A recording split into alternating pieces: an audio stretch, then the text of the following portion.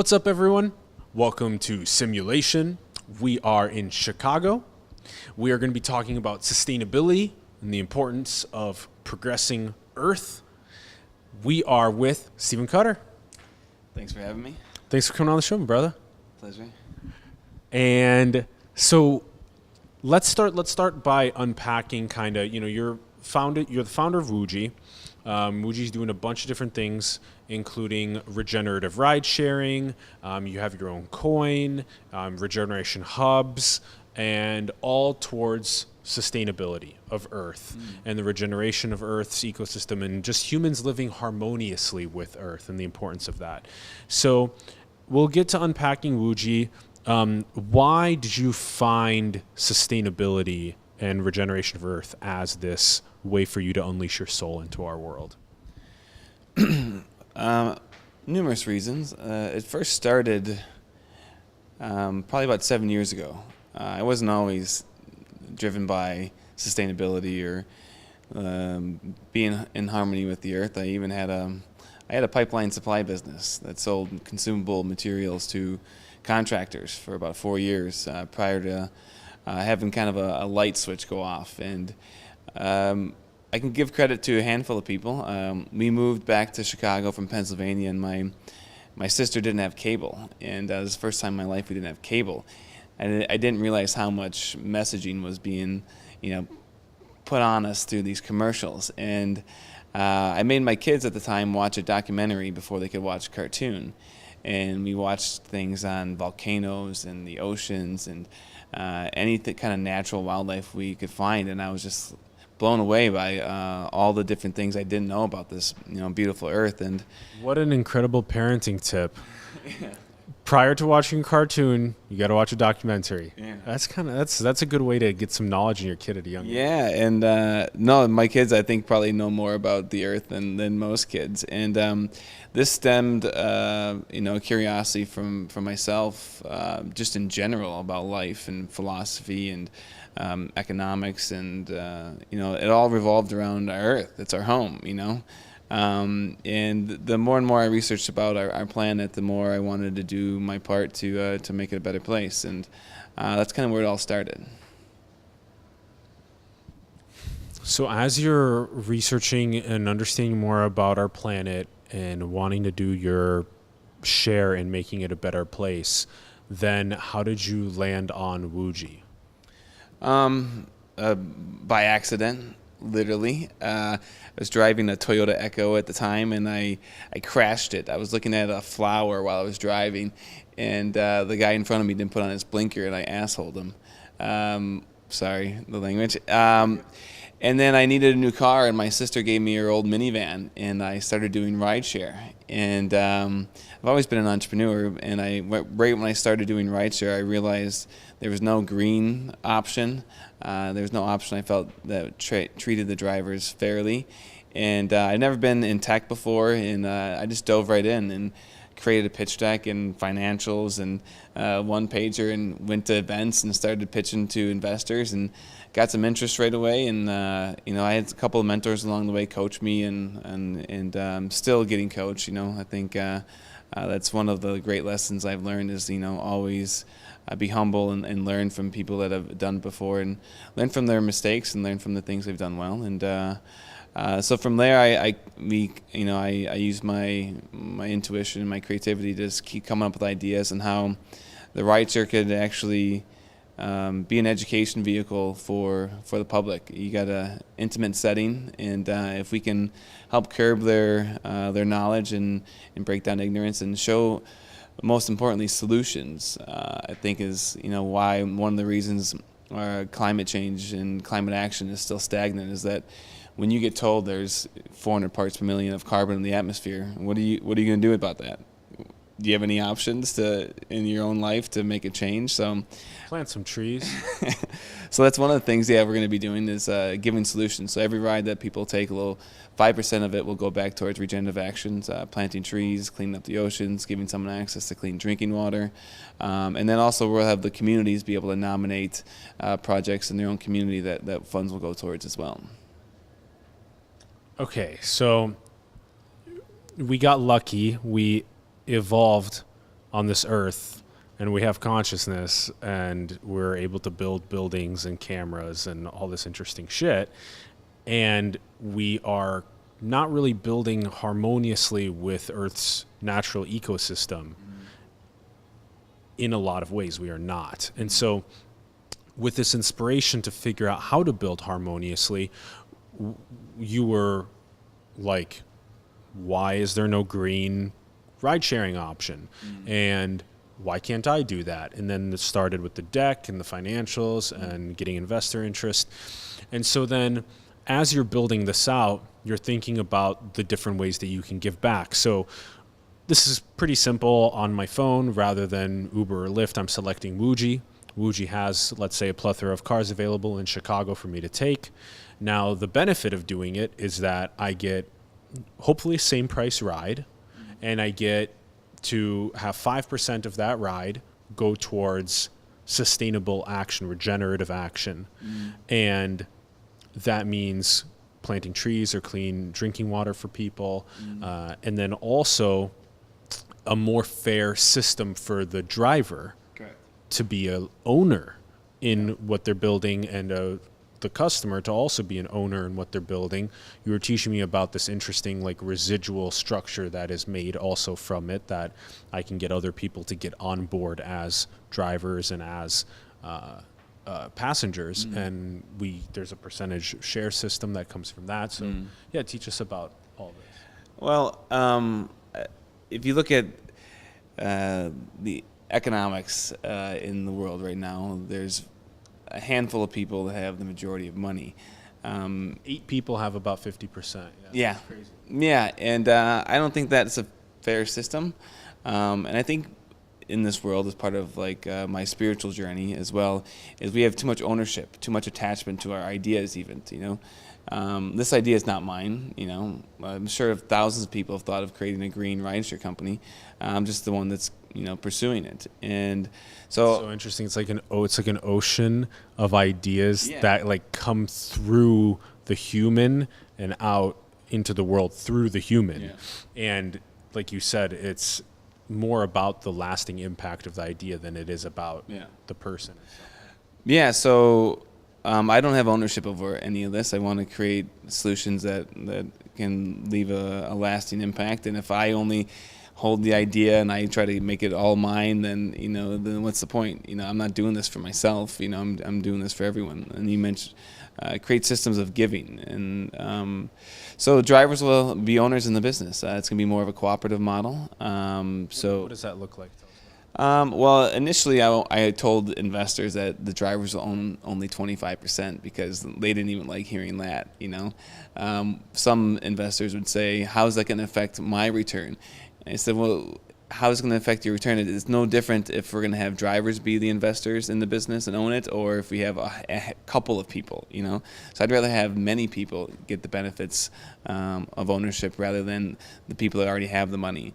And I've had a battle with the venture capital world on a philosophical level. And even going through this, it's 4 times as hard to raise money for social impact than it is for a regular business.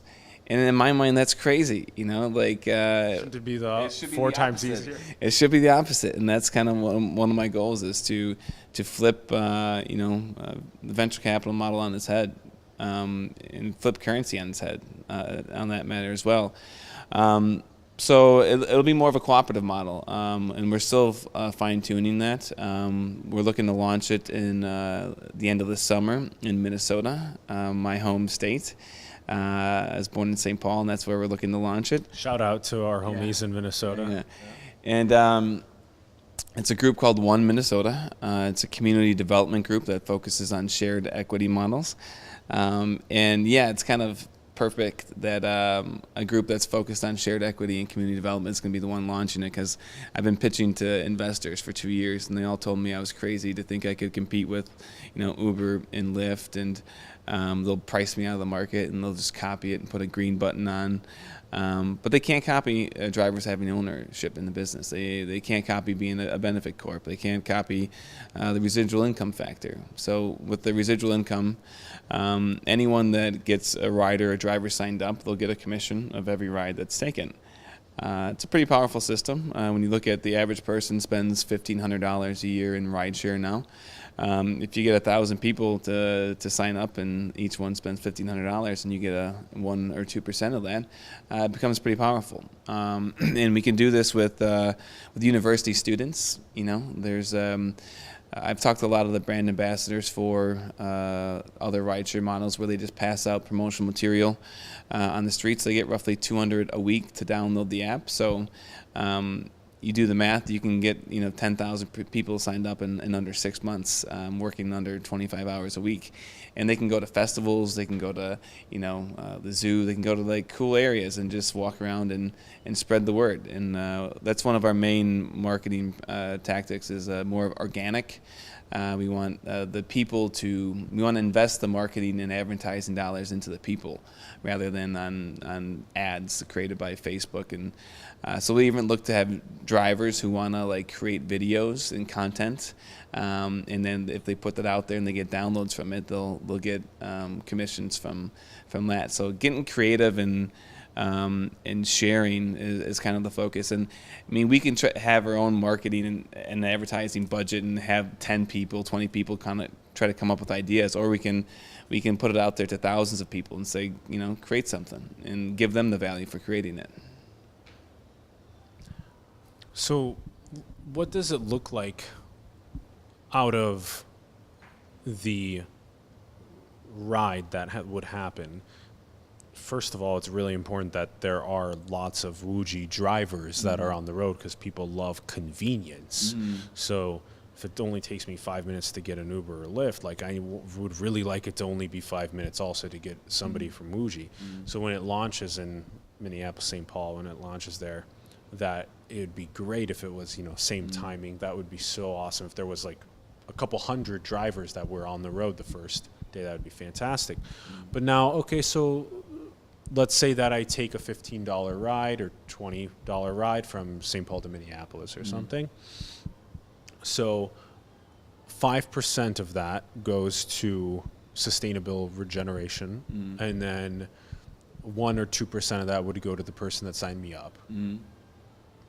Okay, so there's 93% left. Now, how much does the driver get? Do you approximately know, or? Yeah, the driver's going to get roughly the same amount as the current rideshare drivers are getting. Which is it? It depends. It's like 70% is what they get? They say it's 80%, but when they take out the deductions prior to the driver's compensation. So depending on the length of the ride and the commission, it could be only 50%. So if it's only like a $7 ride, they take that $250 like charge off the top for the insurance and the safety fee or whatever they call it, and then they get the cut from the $5. So they're actually on the shorter rides they're getting less than like right around 50%, and longer rides they make the 70%, 80%. But our benefits more come in these long-term lasting rewards, not just the residual income, but the equity options, and we have other revenue models for our drivers as well. And you guys grow the business of Wuji, the B Corp, with the rest of the. So if they would take, driver gets 80%, and then there's only 13% left, then you would take as the B Corp to grow the B Corp. Yeah, correct. And one of the things you mentioned is convenience, and that's one of the other things I realized is why we are where we are as far as our climate. No one wants to be inconvenienced to do anything, recycling, no one wants to like take an extra step to throw the recycling thing away. And so you have to make it as convenient as possible for people to make change. Because if someone has to spend any more money or take more time or any more effort, it's less likely that they're going to do it. So the whole goal with this is to be as convenient as anything. You don't even have to think about doing an action, and it'll be doing a regenerative, concept. So that's the whole goal with everything that I'm working on, is that you don't have to think about what you're doing, and that action's going to do something good.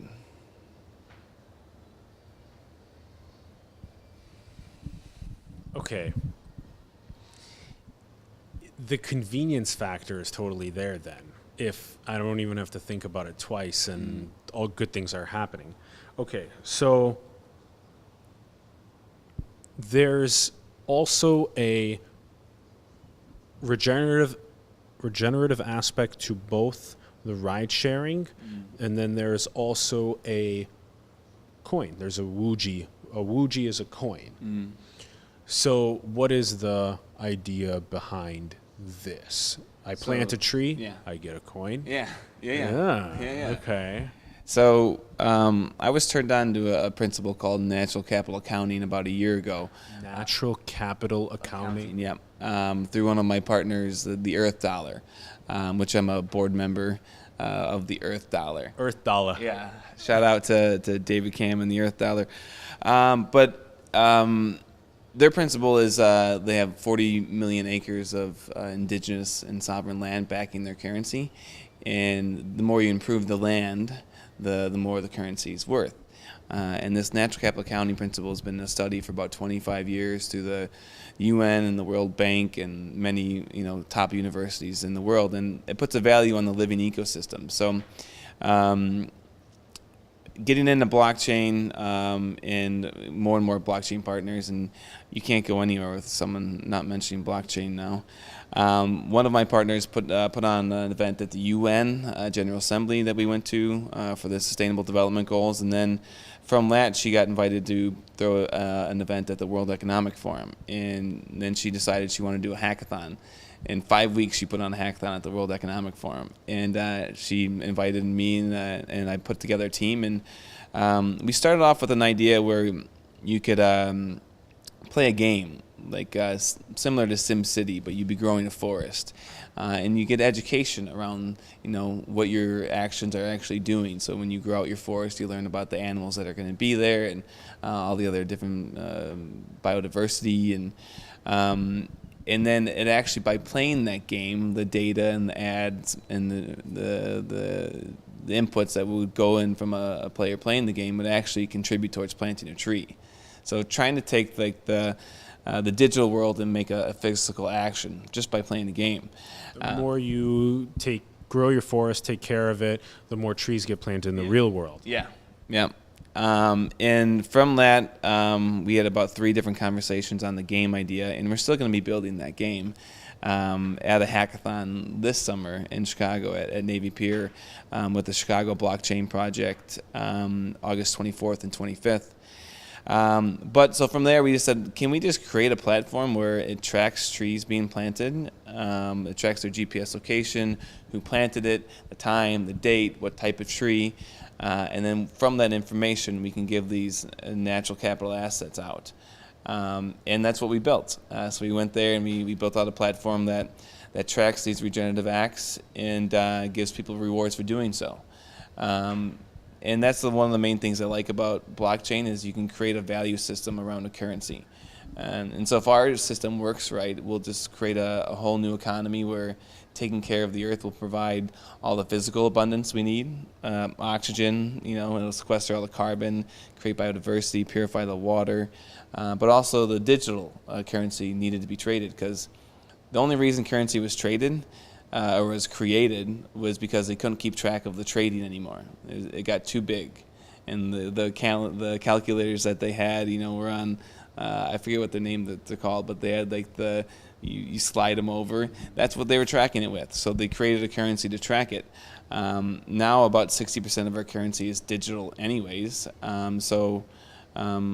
This is a system where we can give incentives and values around taking care of our home, which should be the greatest importance.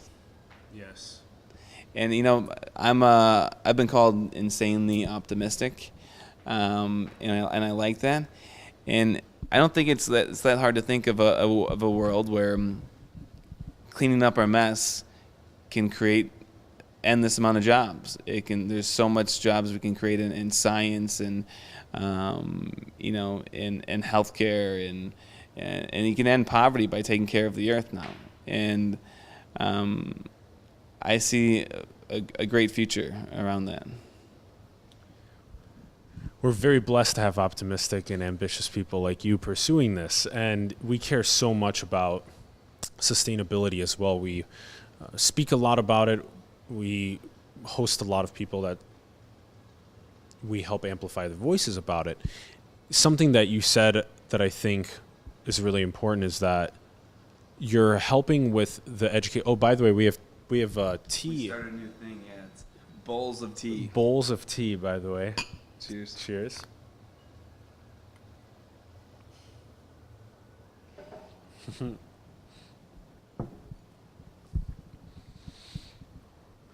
Okay. We get the education of the child because they get to play this. Is that a sneeze? Yeah. Salud. Yeah. I couldn't tell. It might have been a cough. So the child gets to play the game, which is awesome because they get to immerse themselves Or in a adults. digital. Or adults, exactly. But especially children because we're trying to help form their mind at young ages to understand the connectivity we have to our planet. Okay. So boom. So the kid's playing it, their mind's being expanded, they realize more of the connectivity of Earth. Then the actions that they take in the game and the sustainability that they foster in the game helps then send you guys data about their success. Then you guys go and plant trees with that. Now, as you plant trees, you have the seed type, so the tree type. You have the geographical coordinates of where you planted it, and you have the person's name that planted it. And then the general idea becomes that you have a ledger over time, a decentralized, distributed digital ledger over time that will then indicate the sustainable growth that has happened across the regenerative growth that has happened. So that's huge. Okay, now what happens when I get Wuji? So I have Wuji now. I've played the game, or I've gotten from. What are the ways to get Wuji, and then what can I do with the Wuji? So there's about 4 different phases and 4 different ways to receive a token. One, you can simply contribute and pay to plant a tree. And then once that tree's planted, then you'll get the confirmation of that digital asset. And then from there, the longer the tree lives, the more valuable and the more value it'll create. Interesting. So it's reoccurring tokenization over time. Yeah. So we're not creating a supply and demand. There's not going to be a billion and you can mint yours, and there's not going to be any mining. They only get created after the action is completed. So there's going to be an unlimited amount of coin. Yeah. Okay, so one of the first ways to participate is to pay to play. I go buy tree seeds. Yeah. And then, or I can go to the forest and go collect and then go and replant. Well, yeah. Initially, we're going to work with tree planting partners, global NGOs that have been planting trees for years. One of the first trees we're going to start planting and work with are mangroves, and working with Eden projects. Why mangrove trees? When you look at a mangrove tree and all it provides, it's one of the most beneficial tree we can plant on the earth. It helps aquatic life, marine life, and also the life on land. And they're a very fast-growing tree, and they don't need a lot of maintenance. They can grow pretty rapidly. And actually, after you plant a mangrove tree, within 5 years, that forest will reproduce over 2,000%. So it's Of what? of itself. So it produces enough. It gets to maturity quickly, and it releases more seeds that then get planted. And within 5 years, it's over 2,000% of what it was. Okay, so you partner with other world-leading tree planting organizations, and then you help bring them the infrastructure that's needed for them to log on the digital ledger over time. Yeah. And then also you give them Wuji for them planting. Yeah. And then now they have, let's say, thousands or hundreds of thousands of Wuji, and then the value of that Wuji today would need to be translated into like a US dollar or something. So how would that work? I mean, just like any other digital currency, how you can exchange it for fiat, or we're setting up other partnerships with businesses. So phase 1 is you just pay to plant a tree.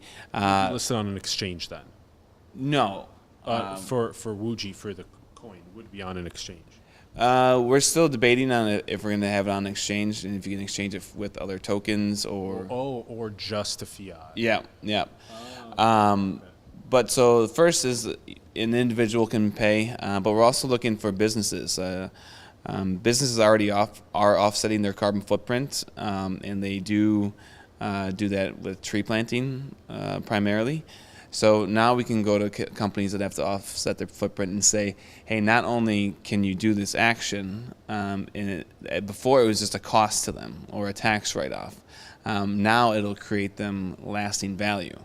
So it's not a tough sell to get these large corporations to buy into this. One of my partners is with the Good Karma movement, Sarah Maxwell, and she specializes in partnerships and PR with Good Karma brands. And so we're going to be pitching it to Patagonia and Cliff Bar, and then we're creating this partner network. So imagine if you're Cliff Bar and you want to, with every box of Cliff Bars sold, you'd plant a tree. You would get a tax write-off.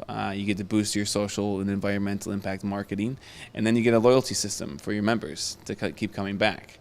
So that's like. And you get a Wuji coin. Yeah, that's the loyalty system. Yeah. So to keep coming back, and then we'll set up other partner businesses to be able to exchange it with. So similar to like credit card miles, you can get a trip, you can buy golf clubs, you can buy food, whatever networks we set up. And then a third way we think could be very simple and beneficial is to create a pension fund. So imagine if you could put in $100 million towards planting trees, which would plant about 1 billion trees. And the average tree, roughly over the course of its life, will produce around $1,500 worth of these natural capital assets. So when you look at an investment of anywhere from 10 cents to $1, and you get $1,500 in return. Except that $1,500 doesn't go in your pocket. The $1,500 goes into the sustainability of the planet. Yeah. So it's actually literally investing into the future of the planet. Investing into the world that we're leaving children. Yeah. Exactly. So we have the businesses that can contribute. We have the pension fund, and then with all this, we're looking to create, and then you have the game as well. And then we're looking to create these these regenerative impact hubs in nature, because we're going to be planting a lot of trees. And I'm an entrepreneur, and I like to foster other people's ideas and share ideas with as many people as we can. So imagine like we work in an accelerator in the Amazon, and you go stay there and work on your startup idea. And in the meantime, you plant trees and clean the water and improve the lands, grow your own food. And that would be your job. And by just planting trees, it would provide you of all the money you would ever need. So you wouldn't need to get a job working for somebody else just to create some other financial return for the top 8 people on the planet. You can spend your time working on your passions and your hobbies, and we help foster and grow and innovate. And then just by doing the actions towards the earth would provide you both the physical and digital abundance that you would need. Okay, so this is a regenerative impact hub. So this is like a green version of WeWork or a green version of Google that's baked into nature. Yeah. And so then there's all these awesome people that are coming out there to do things like collaborate and create and live on the land, also to whether it temporarily or permanently live on the land, also to have garden ecosystems for food and energy. And then what you're doing then is you're planting trees and you're earning Wuji, and that Wuji is then sustaining the impact hub, the regeneration impact hub over time. Okay, so then it's a combination of those impact hubs, the Wuji, the coin itself, getting corporations, the game, and then the rideshare. Yeah. So it's kind of a big, there's a lot going on in this puzzle of sustainable regeneration. Yeah. Yeah. I mean, I have a lot of people working on it. Pension fund. Yeah. I have a lot of people working on it with me. That's one of the main things I really found initially when I got into this tech entrepreneur world, is that in the impact world, there's not a lot of venture capital money for it. There's a lot of collaboration. We're all working towards the same goals. Like you said, it'd be pretty easy to get a Cliff Bar on board for something like this. Yeah. It's not competition in a traditional business. It's all about competition and signing NDAs and being secretive, and I've only found collaboration in the impact space, and blockchain's another level of that. The blockchain community is very open source and collaborative and green tech oriented, sustainability oriented. Yeah. In many ways. Yep. I have a large network that's working on all these things for me, and I'm just kind of putting all the pieces together and sharing the ideas, and when they stick, and then you just run with them. I like how it's good that you have a massive team. I like that are of really dedicated and also, like you said, diverse across blockchain as well as companies like Patagonia or Cliff Bar.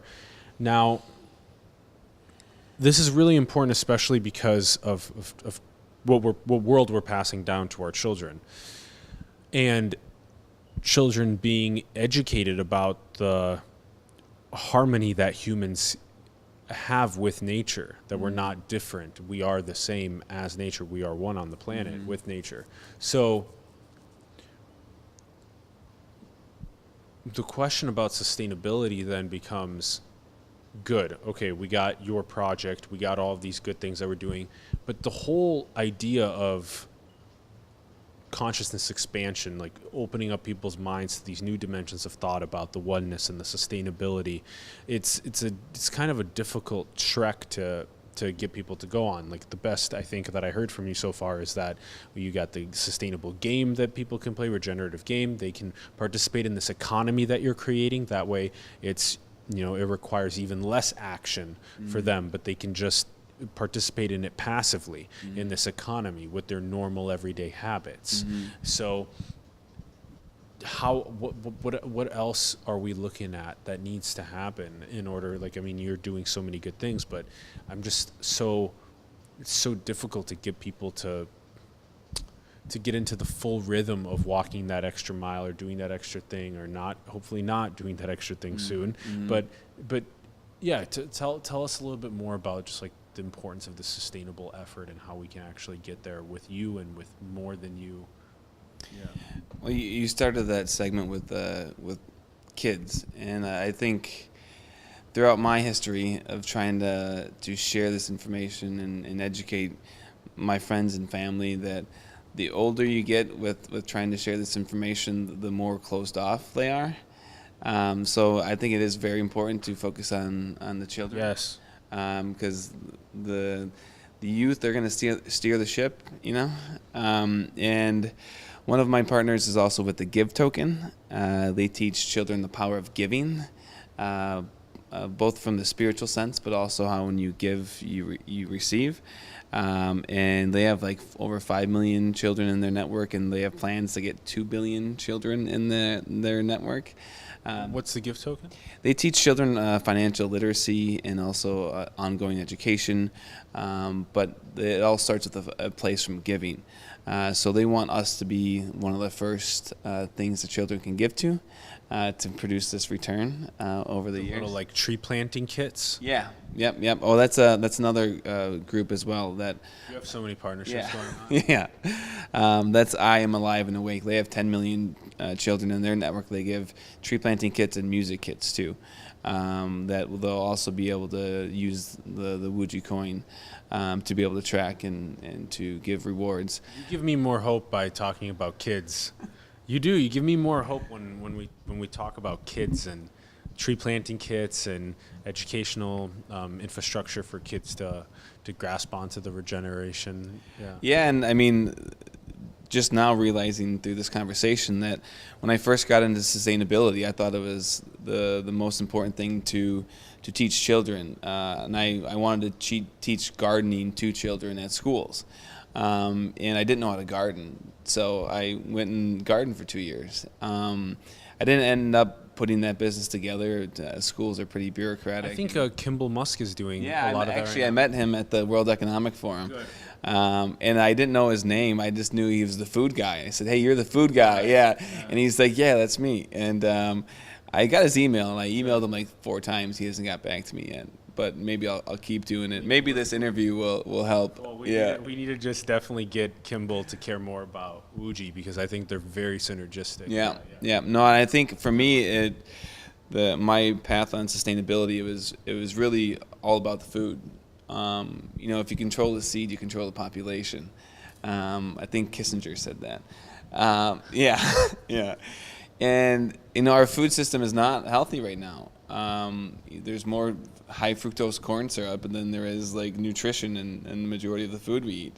And it's all processed food, chemicals, dyes, additives. And if you don't have a healthy body, it's very hard to have a healthy mind.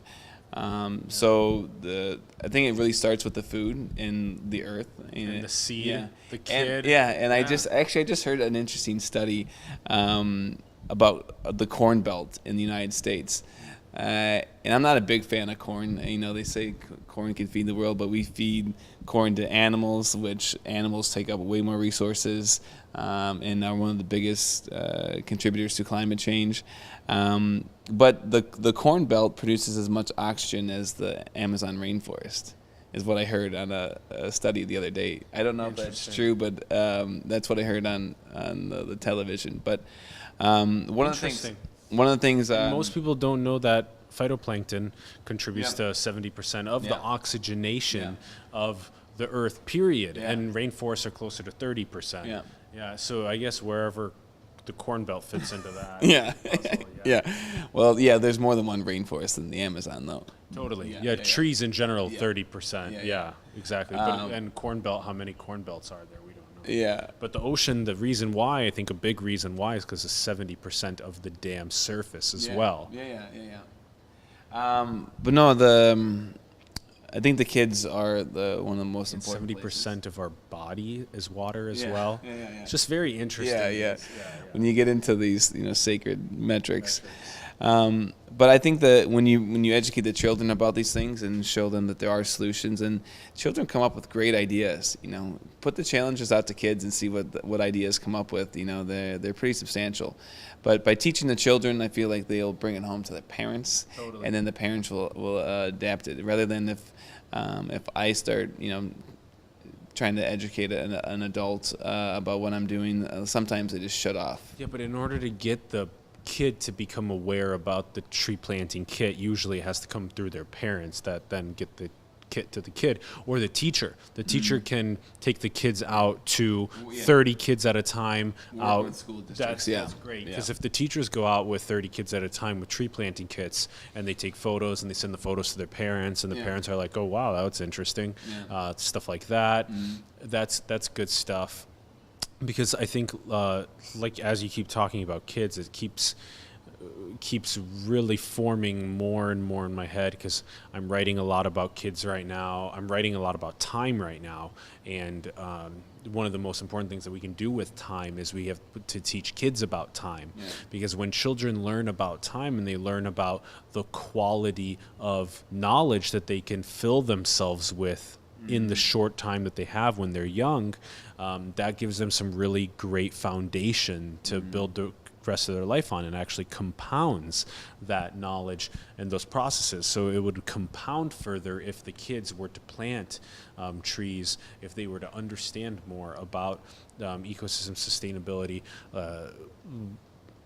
I think going on a tour to Recology, which is our waste recycling compost center in San Francisco, was one of the most awareness expanding experiences I've ever had in my life. One of the top for sure. And I think most people would never, think that. I went there, and I've also been to a slaughterhouse as well. And these experiences were very, very, at a young age, were very, very enriching for me to just better understand about, how things work. So you mentioned a lot there about education, children, and time, and I was mentioning to this earlier that I was with my son over the weekend. He's 14 now. I have a 14 and 8-year-old, and we had a moment together where he expressed some that he was upset with me for not spending as much time with him and spending too much time on my work, and he even kind of mocked it and called it, "I'm not like you. I'm not all green peasy and one with the earth, And I respect that. I don't try to push my beliefs, my values on my son. I like to expose it to him. But in that conversation, he said, "Why are you even doing this? The scientists are stating that it's too late, that we're past the tipping point." And that's a whole generation now of kids that are growing up with the potential of having a planet that's not inhabitable. And I don't think that's okay. Imagine if we were left that, we would be pissed. Yeah.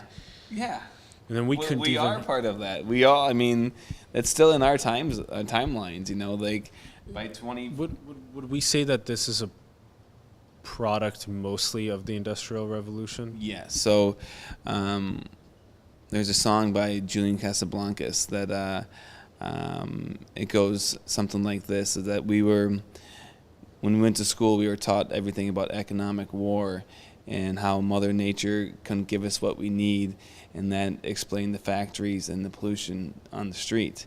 And I feel that we have been tricked, that we are separate from nature, and we need to work on only feeding the economy. Even when you look at politics today, the majority of what they talk about is the economy.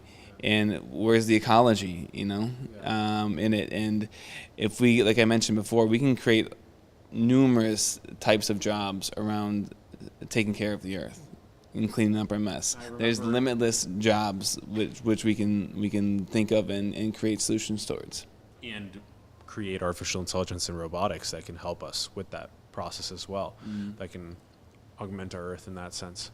Yeah, I remember 5 years ago or so, when I was also studying politics and economics in greater depth, right when I was first moving to the Bay Area, I was very mind blown about how, I think it was really when I was starting to tap into the word ecology. Because I was tapping into the word ecology, and I realized that economics takes such precedence over ecology that that's one of the reasons why the earth is losing its sustainability and having its health bar deplete a little bit. Although one does need to be nuanced in the discussion and say that the Industrial Revolution and the technology age that we live in now has enabled us amazing things. And so as we do stay nuanced and mention that it's been incredible, at the same time, if ecology is going to take a back seat, then we're going to continue seeing problems. So economics and ecology can live harmoniously together. We just got to figure out exactly how to do that. And Wuji is kind of one of the things that enables us to do so. I'm glad we've touched on kids so much. I'm glad you brought up your story as well, because we do not want generations of kids being hopeless about the future. And okay, let's ask, I mean, this is probably a good question for you. What are your favorite sources of alternative energy? Good question. So I have a couple of partners that are working on that. This guy. So one is partner count is at like dozen. One is with Tesla Sustainable Villages. It's actually a descendant of Nikola Tesla, the great nephew. Which Nikola Tesla is probably one of my favorite past geniuses. And when I got into the whole sustainability world and curiosity, one of the things that sparked me to want to make a change is I read about 25 books of like the past greatest minds that left a lasting impact on this earth, whether it be Da Vinci or Einstein or Tesla, Franklin. And Nikola Tesla was one of the most intriguing and innovative, and he shared his ideas freely too. He didn't all of his patents he shared, and they asked him, don't you care that people steal your ideas? And he said, no, I care that they don't have any of their own. And I thought that was brilliant. But so they got a technology around hydropower, which is an old technology, but it's a pretty simple concept. These rivers flow constantly, and if you can put a turbine on the rivers that only improve the ecosystems, not our detriment to it, help with flooding, and even help collect plastics out of the riverways. And there's 80% of the ocean's plastic comes from 10 rivers on this planet. 80% of the ocean's plastics comes from 10% of the rivers. 10 rivers. Comes from 10 rivers. Not even 10%. Yeah, 10 rivers. Yeah. Damn, this is the Pareto distribution So at work. Imagine if you could put hydro dams along Hydro the rivers dams, that also yeah. can collect the plastics. Along those 10%. And then those that 10 plastic- rivers. What do you know which rivers those are? We definitely. I don't know all 10, Which can you give us one or two? the Ganges, the Rio Grande, the Amazon, the biggest the pla- rivers, in the that, world have that the most basically, yeah, pollution. and the biggest populations along them. So imagine if you could put these Let's hydro. get Boyan involved. Boyan Slot. I don't know him. The Ocean Cleanup Project. Oh, okay, yeah. You know the project. Yeah. Let's get him involved. Why is he not on those rivers? Because that would be his good place. Yeah. Well, if one of my other people I'm working with is Plastic Bank, and he's got a TED Talk where it says cleaning up the oceans is the wrong way to do it. It's like walking into your house and it's overflowing with water and the faucet's running, and you grab a mop and start trying to clean up the mess instead of shutting off the water. You have to shut off the water first. Otherwise, it's going to be an endless mess. So we have to stop the plastic from getting to the oceans before we clean it up. But so imagine we could put these hydro dams along the riverways to clean up the plastics, create clean energy along the way. And then, mind you, these plastic is just comes from oil, which can also be converted into an energy source or a building resource as well. But so that's one of my favorite energies because it just uses the natural power from the earth. just like wind. Yeah. It's all natural. Well, wind is when you look at the total effect of it, of having to build these giant turbines and then ship them to the site and then put them up, it's not that much of a net benefit when you look at all of. Can we argue and say that the same thing is that you have to build the dam, that you The have dam to. is made out of like natural, organic, local material that you can build, and Then you you just also a have to turbine. have a grid as well to move the Yeah. energy from the hydropower to. Well, Yeah.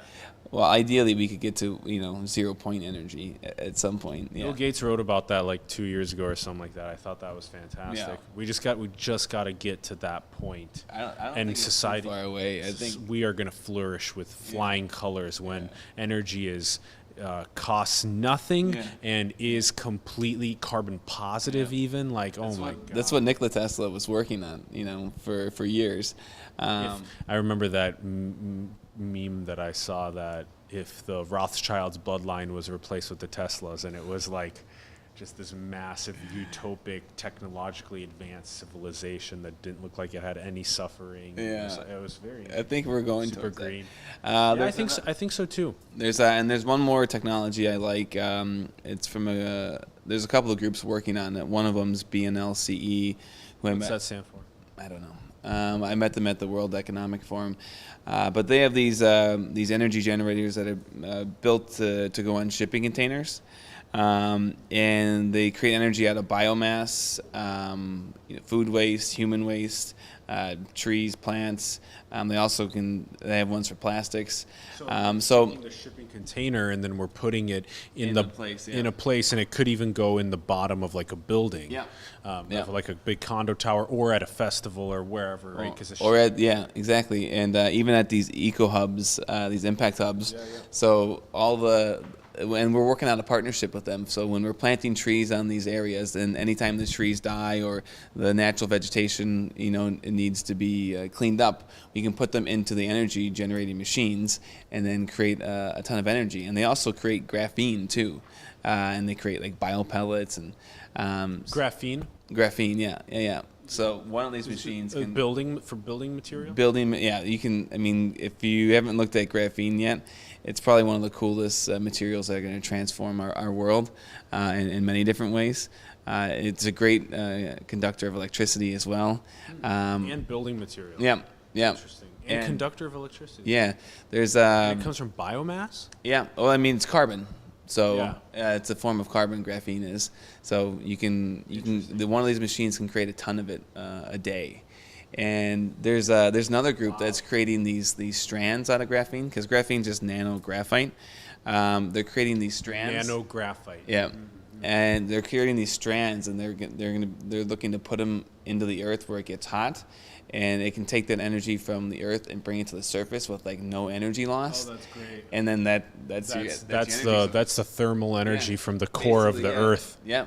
Yeah. Damn, and that's hella abundant, and that's great because what is going on in the core of the earth I relate to frequently as what's going on in the sun, in our star, and if we could just figure out how to harness the power of the